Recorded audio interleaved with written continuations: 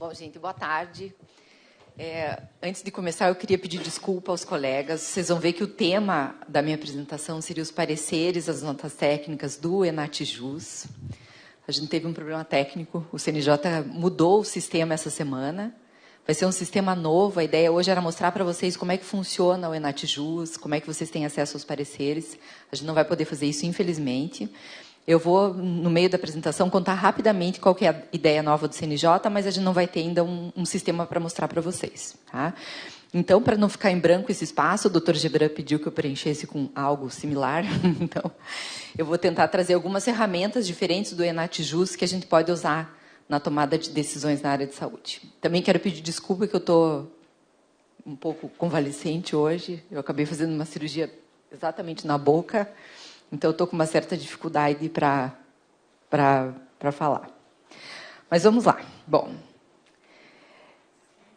essas ferramentas elas são essenciais para um ponto fundamental nas nossas decisões, reduzir a incerteza. Né? A nossa maior dificuldade nessas demandas envolvendo direito à saúde é saber se aquele medicamento ou aquele tratamento é adequado ou não, se é o medicamento que deve ser dado no caso concreto e assim por diante.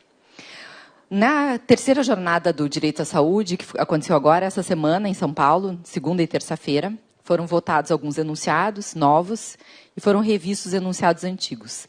Esse é um dos primeiros que foi revisto, se não me engano, ele é da primeira jornada. E ele dispõe, então, que sempre que possível as decisões liminares sobre saúde devem ser precedidas de notas de evidência científica emitidas por núcleo de apoio técnico do judiciário ou consulta do banco de dados pertinente. Então, em cima disso que eu vou tentar fazer minha apresentação hoje. Que bancos de dados que a gente pode usar para atender a esse comando denunciado? Esses bancos de dados, eles vão ter que responder para a gente, primeiro, sobre a eficácia daquilo que está sendo demandado, ou seja, se funciona. A efetividade, o quão bem ele vai funcionar, a eficiência, a que custo que ele vai funcionar, e a equidade, para quantos. Aqui, a gente também vai ter que analisar aquilo que o sistema já oferece e tentar fazer um comparativo naqueles casos em que há uma alternativa terapêutica. A primeira fonte de dados que a gente tem é a Conitec. Na mesma linha, também tem 2 enunciados do CNJ determinando a consulta Conitec. Eu falo determinando, não, né? O enunciado ele não é uma determinação, mas enfim. Então, o primeiro, recomendo seus magistrados e membros do Ministério Público, que analise os pareceres técnicos da Conitec para auxiliar a aprovação de decisão ou a propositura de ação. E o outro, em processo judicial no qual se pleiteia o fornecimento de medicamento, produto ou procedimento, é recomendável verificar se a questão foi apreciada pela Comissão Nacional de Incorporação de Tecnologias no SUS, Conitec. Todo mundo sabe o que é Conitec? Sabem o papel, sabem a diferença da Conitec e da Anvisa? Sabem? Bom, então, a Conitec ela avalia a incorporação de novas tecnologias no SUS. Né? É uma comissão que fica dentro do Ministério da Saúde, apesar de ter membros fora do Ministério da Saúde, e ela não faz só uma análise de evidência científica. Né? Ela vai analisar, ela sempre analisa com um comparativo, salvo naqueles casos em que não há um comparativo, como acontece muito nas doenças raras, mas ela sempre vai analisar a tecnologia à luz de uma outra tecnologia que já existe dentro do SUS. Ela verificando, vamos dizer, que tem uma superioridade terapêutica, que aquele medicamento é melhor do que o SUS oferece, ela vai analisar vários outros requisitos, dentre eles a logística, se tem como utilizar aquele medicamento, às vezes é um medicamento que demanda uma aplicação de um especialista, ele vai ver se tem na rede, se ele pode proporcionar, ele vai ver a relação de custo-efetividade, que é a principal, ou seja, ainda que tenha superioridade terapêutica, ele só vai incorporar naqueles casos em que o SUS comporte aquela incorporação, que ele consiga arcar com os custos. Aqui eu vou deixar depois para vocês, para quem quiser a apresentação, estão mais ou menos os critérios que a Conitec usa para avaliar essas novas tecnologias. Então, vamos supor que a gente, antes disso. Então, a Conitec, vamos dizer, ela foi, analisou e decidiu incorporar um medicamento. A Deise já falou um pouquinho disso, né? Depois de incorporar o medicamento, isso vai para a pactuação na comissão intergestora tripartite, entre os 3 entes, para decidir quem vai pagar e como esse medicamento ou esse tratamento vai ser oferecido no sistema. Se vai ser como medicamento, se vai ser como procedimento, enfim. Passado todas essas fases, então, essa nova tecnologia ela vai fazer parte de algum dos protocolos do SUS. Ou, se for um medicamento, ela vai fazer parte da Rename, né? Se for um tratamento, ela vai estar ou na Renases, ou no Formulário Terapêutico Nacional, ou num protocolo clínico e nas diretrizes terapêuticas. Em algum lugar ela vai estar dentro do sistema. O que são esses PCDTs, que a gente vai ver bastante, né? São protocolos não só para diagnosticar a doença, para determinar como vai ser feito o tratamento e também o acompanhamento desse tratamento depois. Então, eles pegam uma doença, uma moléstia X, e vão dizer como eles vão tratar aquela doença em todas as etapas de tratamento. Primeiro ciclo, segundo, terceiro e assim por diante, né? Além dos protocolos clínicos, a gente tem as diretrizes nacionais, que não servem só para o SUS, são orientativas para toda a área de saúde, inclusive para a saúde privada, que são documentos que norteiam as melhores práticas dentro da área de saúde. E, por fim, a gente tem os protocolos de uso. Os protocolos de uso, eles não são sobre doença, eles são sobre uma tecnologia. Eles escolhem uma tecnologia, um medicamento, por exemplo, e vão dizer como que aquele medicamento deve ser usado. Ou seja, ele pode até ser usado para várias patologias. Então, o protocolo de uso é sobre medicamento. Em relação à oncologia, eu também não vou ficar muito tempo, porque a Deise falou bastante, né? A gente já viu que a oncologia ela não faz parte da assistência farmacêutica, ela é um tratamento que é oferecido pelo SUS. Foi a opção do legislador na época, porque eles entendem que a oncologia é muito dinâmica, então o tratamento muda muito rapidamente. Então, o ideal era deixar na mão do médico que definisse qual era o tratamento melhor, né? Então, hoje, um CACOM e um NACOM cria seus próprios protocolos ou não, né? Quem está atuando já na oncologia vai ver que vários hospitais não têm protocolos para o tratamento dos vários tipos de câncer, né? Alguns têm protocolos, sim. Então, eles criam um protocolo, aquele paciente que está naquela situação é cadastrado dentro do sistema, e o hospital, assim que terminar o tratamento por ciclo, que varia de 21 e de um mês, mais ou menos, ele recebe um valor por aquele tratamento, independentemente do tratamento que for. Se vocês forem olhar em algumas diretrizes do SUS, vai estar dito que, nos casos em que há protocolos clínicos para oncologia, porque existem alguns, eu vou mostrar para vocês, os prestadores deviam seguir. Isso não acontece na prática e o Ministério da Saúde não glosa tratamento pelo protocolo. Né? Ele vê o valor. Então, ainda que exista um protocolo clínico do SUS para oncologia, que eu já vou mostrar para vocês, se o CACOM optar por seguir um protocolo diferente, desde que esteja dentro do valor da PAC, problema nenhum, não é glosado pelo Ministério da Saúde. Tá? As exceções a Deise trouxe também, então não vou tratar. Esses são os protocolos que a gente tem para oncologia. Eu vou deixar depois aqui, está com o número da portaria para quem quiser usar. Né?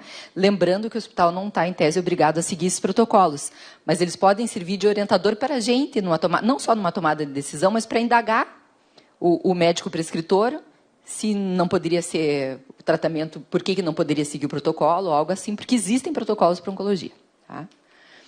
E esses são protocolos de uso na oncologia, ou seja, medicamentos oncológicos, que o Ministério da Saúde fez o protocolo de uso, como eu expliquei antes, que é como usar aquele medicamento para várias patologias e não um tratamento em si.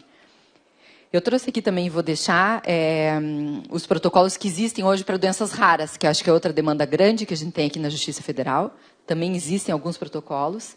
Alguns estão em andamento ainda, para quem tiver interesse, eu posso depois mandar o material, os que estão ainda em estudo, para as doenças raras. Então, vamos pensar que a gente consultou a Conitec, viu que a Conitec fez a avaliação daquela tecnologia, e ou entendeu que não tinha superioridade terapêutica, que não tinha evidência científica suficiente, ou ainda que entendeu que tinha, mas que não comportava o custo, a relação de custo-efetividade, né? Então, de acordo com o enunciado 103 do CNJ, se houver uma recomendação da comissão da Conitec pela não incorporação de uma tecnologia, aqui ele não disse se é por questão financeira ou de evidência científica, a determinação judicial de fornecimento deve apontar o fundamento e a evidência científica que afaste a conclusão do órgão técnico em razão da condição do paciente. Ou seja, o que está dizendo aqui esse enunciado é que se a Conitec já analisou aquela tecnologia, entendeu, pela não incorporação, então nós teríamos que fundamentar a nossa decisão em medicina baseada em evidência, demonstrando o desacerto da Conitec. É praticamente o que diz o enunciado. Bom, então vamos seguindo nessa linha, ver aonde que a gente podia buscar esse tipo de informação. Alguns enunciados do CNJ, vários, na verdade, falam da medicina baseada em evidência. Eu trouxe 2 que estão na linha do que a gente está conversando agora. Então, 59. As demandas por procedimentos, medicamentos, próteses, órteses e materiais especiais fora das listas oficiais devem estar fundadas na medicina baseada em evidência. 89. deve-se evitar a obstinação terapêutica com tratamentos sem evidências médicas e benefícios, sem custo-utilidade, custo, gente, tá? Custo-utilidade, caracterizados com a relação entre a intervenção e seus respectivos efeitos e que não tragam benefícios e qualidade de vida ao paciente, especialmente nos casos de doenças raras e irreversíveis, recomendando-se a consulta ao gestor de saúde sobre a possibilidade de oferecimento de cuidados paliativos de acordo com a política pública. Só fazendo um parênteses em relação a doenças raras, eu não assisti as outras palestras, alguém falou de doença rara? Falaram, né? Então, vocês sabem que a gente tem muita dificuldade em medicina baseada em evidência em doenças raras, porque a gente não tem estudo científico suficiente, muitas vezes, para trazer uma evidência robusta sobre o uso de algum medicamento. Então, a gente tem muita dificuldade em relação a doenças raras, até por isso esse enunciado. Então, o primeiro caminho que a gente pode seguir é naqueles lugares em que existe um NATJUS, né, que são os núcleos de apoio técnico ao judiciário, criados pelo CNJ, pela Resolução 238 de 2016. Enunciado 83. Poderá a autoridade judicial determinar de ofício o requerimento da parte, juntado ao processo de documentos de evidência científica, notas técnicas disponíveis no ENATJUS ou em bancos de dados dos núcleos de assessoramento técnico em saúde NATS de cada estado, desde que relacionados ao mesmo medicamento, terapia ou produto requerido pela parte. Então, o que o CNJ está dizendo aqui, a gente não precisa de perícia, em muitos casos, né? Bastaria que a gente juntasse uma nota técnica de um NATJUS, do mesmo estado ou de outro, desde que fosse semelhante ao caso concreto. Lá no Paraná, a gente tem NATJUS, né? Quem está no Paraná, Stephanie, não sei quem mais é do Paraná aqui. Bom, ele não funciona bem, tá? Depois você edita esse pedaço, tá? Quando a gente for colocar. Ele não funciona bem. Mas ele está lá. Em alguns casos, ele funciona. É um convênio que a Justiça Federal fez com o Hospital de Clínicas e com o CHR, que é um hospital ligado à Fundação Estadual de Saúde, e eles fazem, então, notas técnicas para aqueles juízes que assim requererem, né? Além disso, a gente tem um piloto funcionando, que ainda não está a pleno vapor. A Secretaria de Estado da Saúde também faz notas técnicas, aí sim trazendo o caso concreto do paciente, dizendo, esse paciente está inserido no SUS, ele já recebeu tais e tais tratamentos, foi refratário ou não foi, aconteceu isso ou não foi, que acaba dando um embasamento um pouco maior. A gente não conseguiu estender isso para todos ainda, está em piloto em 2 varas, se não me engano, porque a Secretaria de Estado não nos deu estrutura para a gente estender isso para todos os colegas. Então, nos lugares onde, eu não sei Santa Catarina como está o NATJUS, está funcionando? Tá? Aqui? Está esperando o CJF, por causa do orçamento lá, do pagamento, né?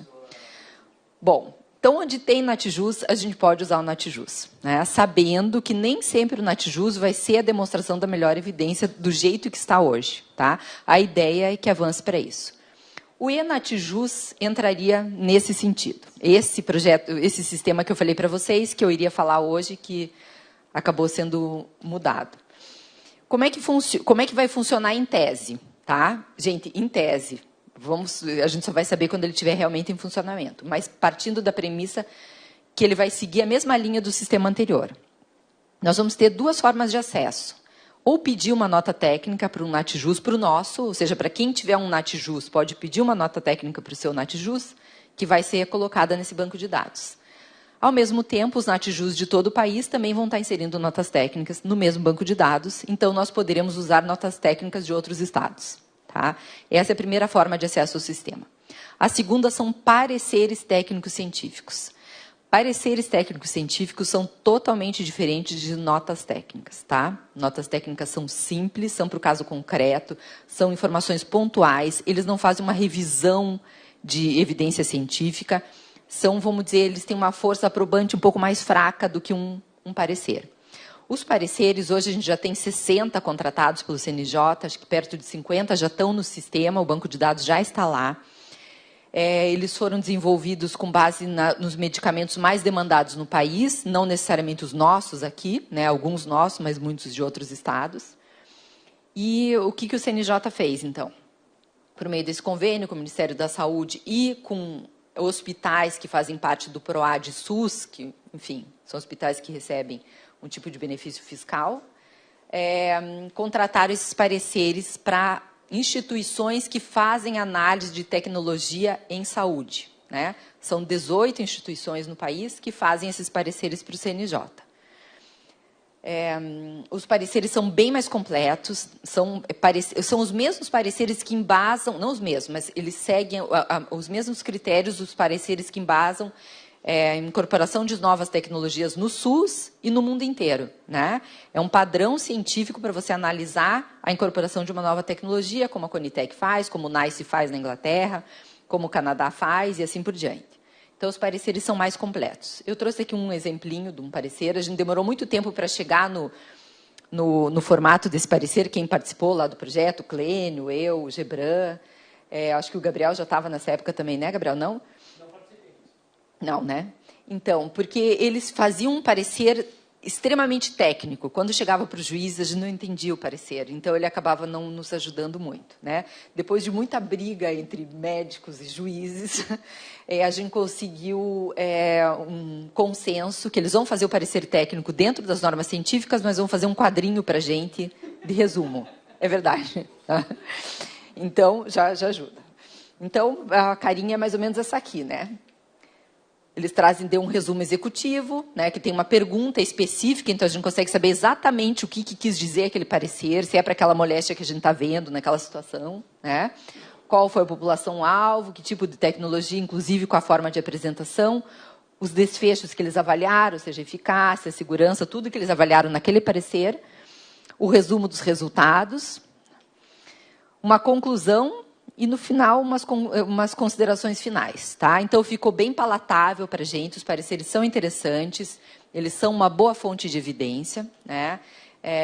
São confeccionados por instituições que algumas até são públicas, mas, em tese, são imparciais, porque não está vinculado necessariamente ao Ministério da Saúde, e eu acho que é uma boa fonte que a gente tem de referência para enfrentar aqueles casos em que a Conitec já analisou o pedido. Bom, além disso... Oi.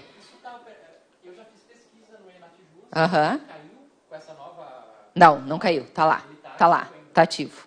A gente só não pode usar o sistema agora. Assim, para outras coisas, mas para consulta pública pode. Tá? Bom, superada a questão do Natijus e do Enatijus, a gente ainda tem outras fontes de pesquisa, né? A gente tem várias bibliotecas digitais que buscam evidência científica. Uma é a PubMed, vários juízes usam. Ela traz...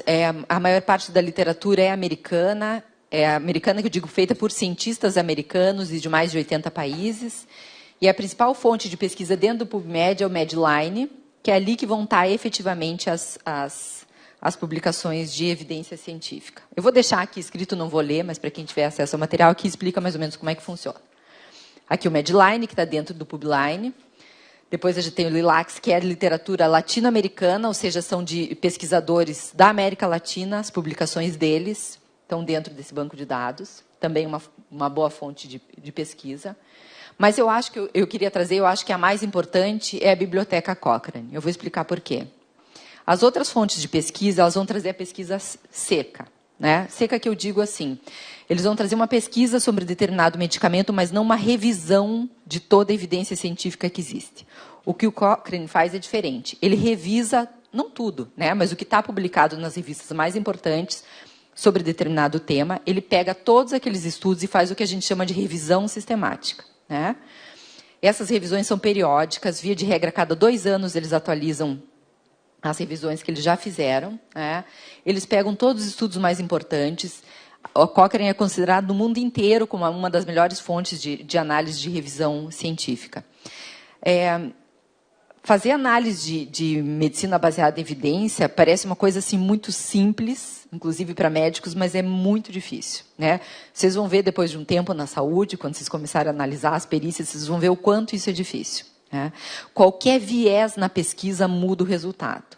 Desde o público que foi utilizado para aquela pesquisa, as condições dos pacientes, o tipo de comparativo que eles fazem. Então, os estudos, para quem não tem um olhar científico de análise, eles podem nos induzir, nós, inclusive, juízes, a erro, né? É o que acontece muitas vezes naquelas iniciais que vêm com um monte de indicação de pesquisa científica, dizendo assim, olha, pesquisa tal, com todos aqueles nominhos, teve resultado X, e a gente olha e aquilo parece muito certeiro, mas, na verdade, é que não é. Por isso que eu acho importante a gente se valer de institutos que fazem essa revisão e que têm esse olhar efetivamente crítico sobre sobre aquela pesquisa que foi feita. Além do Cochrane, eu trago aqui, que daí, com um pouquinho diferente, o NICE, o SMC e o CDR. O SMC é a Conitec da Escócia, CDR é a Conitec do Canadá, e o NICE, que eu acho que a maioria, quem já atua na saúde, conhece, que é o da Inglaterra, que faz análise de evidência científica. Eu acho que os colegas devem saber, mas eu vou falar porque eu já vi em algumas decisões. Tem que lembrar que FDA não analisa incorporação de tecnologia, tá? Muita gente fala assim, está aprovado no FDA, tá? O que a FDA faz é a mesma coisa que a Anvisa faz. Ele verifica se aquela tecnologia tem segurança suficiente para ser comercializada. Ponto. Tá? É isso que ele faz. Lembrando que os Estados Unidos eles têm uma postura muito menos conservadora que a Europa. Né? O equivalente do FDA na Europa é o EMA.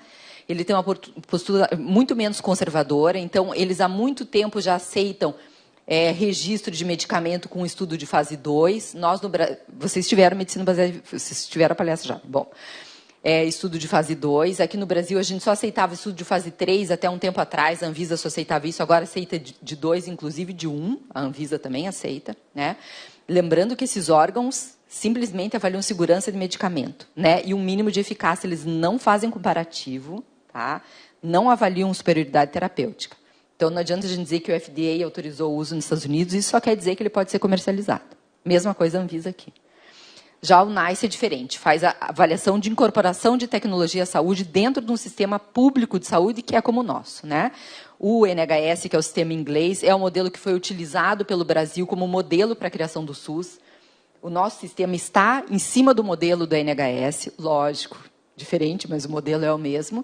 E o NICE faz, às vezes, da Conitec, com muita confiabilidade no mundo inteiro. Né? As avaliações do NICE, aí sim, são sérias, podem ser usadas certamente como uma fonte de pesquisa. Aí eu trouxe esse quadrinho aqui, que tem várias opções de pesquisa, e aqui, só por curiosidade, eu destaco 2, daí não mais para decisão judicial, mas para nós mesmos, esses 2. Eu adoro olhar eles, às vezes eu olho. Esse aqui, esse Choosing Wisely, e esse Dynamed. Você também usa, Deise? Então, esses 2, quase todos eles têm aplicativo no celular, tá?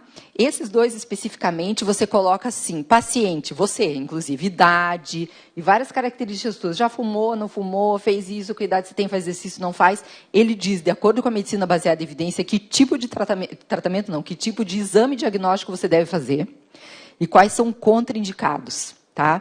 Lembrando que hoje é um estudo muito importante na área médica, o que eles chamam de overdiagnosis, que é aquele exagero em tratamentos, em exames que nós fazemos, nem estou falando da saúde pública agora, e que causam mais prejuízo do que benefício. Né? Tem um estudo bem interessante sobre uma mamografia que foi feito na Inglaterra, é bem interessante. Lá os critérios são totalmente diferentes dos nossos, eles fazem com uma idade muito mais avançada e com tem que ter algum agora me fugiu a palavra, não marcadores, mas alguns, meu Deus, me fugiu a palavra, já me vem, sintomas, isso aí. Porque eles chegaram à conclusão que o excesso de mamografia gerava tanto falso negativo, com extração de mama desnecessária, ou mesmo só extração de parte da mama desnecessária, que eles mudaram todos os parâmetros. Então, a gente tem que lembrar que, às vezes, o mais na medicina é prejudicial. Esses dois aplicativinhos aqui, eles são bem interessantes. Tá? Vou deixar mais alguns também. Esses não são tão importantes quanto os demais. Eu destaco só um aqui, que é esse BMJ, tá? Que é uma revista médica, também bem conceituada. Ela é inglesa, mas ela tem uma filial portuguesa. Então, a gente tem acesso às pesquisas em português. Isso facilita para quem não fala outras línguas, aqui no BMJ. Ela é séria, é bem confiável. Lá no Paraná, a gente fez um convênio. A gente ganhou uma assinatura ao judiciário do BMJ, então a gente tem acesso, mas também existe um acesso público, né? Essa assinatura só dá o acesso a alguma coisinha a mais, mas tem o acesso público, também é interessante, mas também tem que ser olhado com cuidado, porque depende do tipo de pesquisa que você vai fazer dentro da BMJ, mas também é uma fonte importante de pesquisa. Bom, e por fim, não faz parte mais da pesquisa, mas eu queria trazer a notícia para vocês, que eu acabei já falando, que agora, segunda e terça, teve a terceira Jornada da Saúde. Para quem não sabe, a Jornada da Saúde É um fórum que era para ser feito a cada 2 anos, a gente acabou ficando em intervalo sem, onde são votados, então, os enunciados, não só para a saúde pública, mas também para a saúde suplementar. E também sobre biodireito. Os enunciados são apresentados por todos os estados e acabam sendo colocados lá à votação pelos juízes coordenadores dos comitês. Nós 3 participamos, né, que somos coordenadores, cada um no estado. E foram aprovados vários enunciados nessa última jornada. Alguns enunciados anteriores foram revogados e alguns tiveram a redação alterada. Eu vou deixar também ali no material o link para os enunciados, apesar que acho que o doutor Gebrão, alguém já mandou aí no WhatsApp. Mas eu vou destacar só alguns que me pareceram assim, interessantes para nós na Justiça Federal. Então, o 3, na verdade, ele já existia, ele só teve uma alteração de redação, que fala da prévia negativa. Em alguns casos, ainda vem sem negativa. Isso é essencial para nos barrar, quando nada naqueles casos que a Deise falou e que acabam judicializando a prescrição inteira, né? Porque é mais cômodo para o paciente, ou às vezes até porque ele não sabe, ou porque ele entregou para o advogado a prescrição inteira, mas ele já recebeu parte dos medicamentos, né? E a gente acaba recebendo o bolo inteiro para ser analisado desnecessariamente. Isso é muito comum, muito comum. O segundo, quando houver prescrição de medicamento fora das listas, recomenda-se a notificação judicial, que constem nas listas, mas que tenham falha, que era algo que acontecia aqui bastante no Rio Grande do Sul uma época, né, Gabriel? Tinha isso, né? Não sei como está hoje. Que seja, então, notificado... esse não. Esse é o que não consta, então eu pulei. Então, tá. Que não conste da lista de medicamentos, recomenda-se a notificação judicial do médico prescritor para que ele preste esclarecimento sobre a pertinência e a necessidade da prescrição. Isso é muito importante, tá? Eu vou bem rapidamente, acho que eu tenho uns 5 minutos, né, para contar isso, né, Clênia? Tenho, né? Bem rápido. Tá. Lá no Paraná, o nosso comitê faz audiências públicas no interior, para a gente tentar entender a judicialização